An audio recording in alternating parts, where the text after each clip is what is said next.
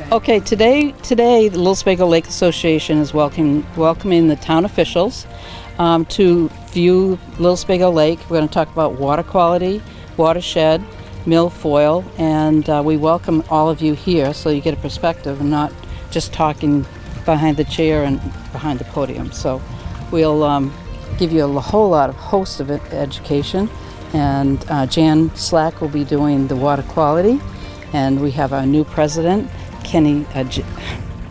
Gary Kinney, who will be assisting with some of the questions today as well. So welcome. Okay, so we are at the top of the map. This is the upper basin, 3 basins to the lake. This is the upper basin.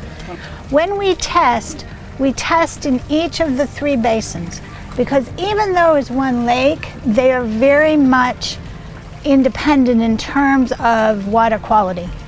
So we go to the deepest point of each basin when we do our testing. A quickie way to determine water quality is with a disc like this, and we're looking to see what the clarity is like. The clearer the water in general, the better the quality of the lake. We do other tests, and this is our first test we always do. Okay. What we don't want to have happen is invasive plants overgrowth and algae overgrowth. Both of those things are influenced by the chemistry in the lake, and the phosphorus is the element that limits it.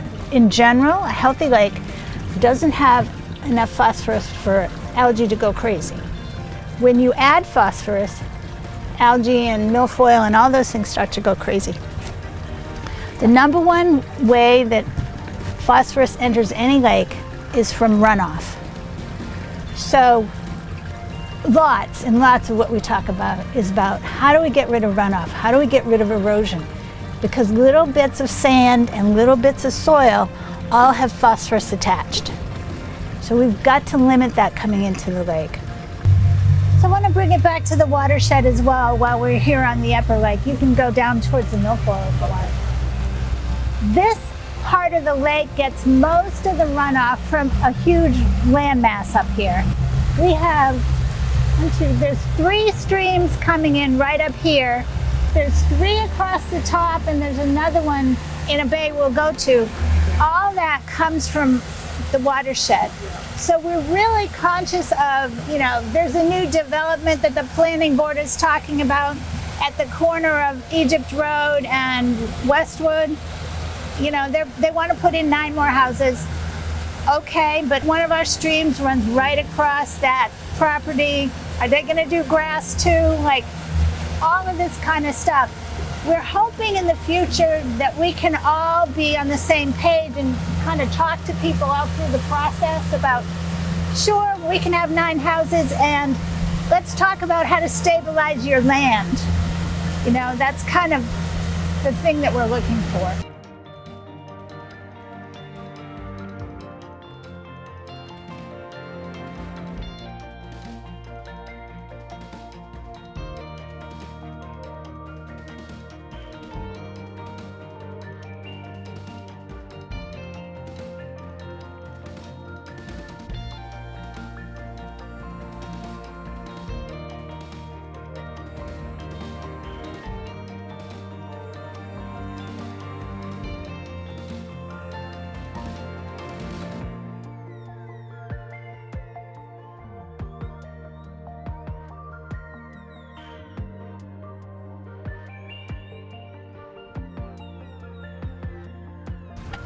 So if you saw the video that we had of the diver, and he's using that suction hose, and it comes up on the left-hand side of the boat is this big trough, and it all goes through that trough and drops, I think, into a bag. Onion bags.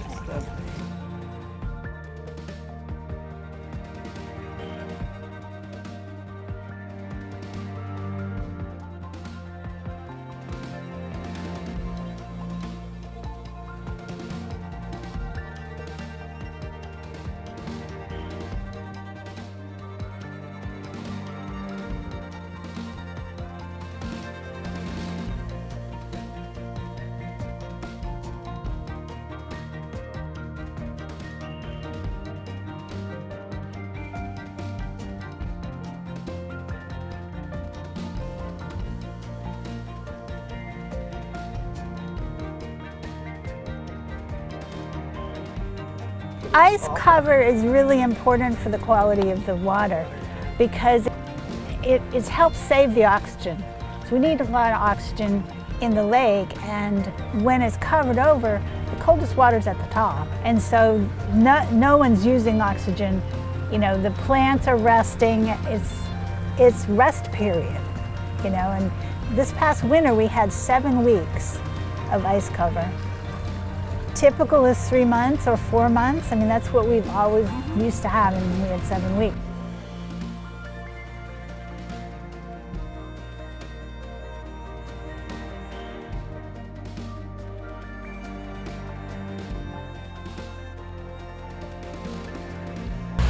Let me talk a little bit about the upper lake as we leave it. So our results in the upper lake so far this year are very similar to last year.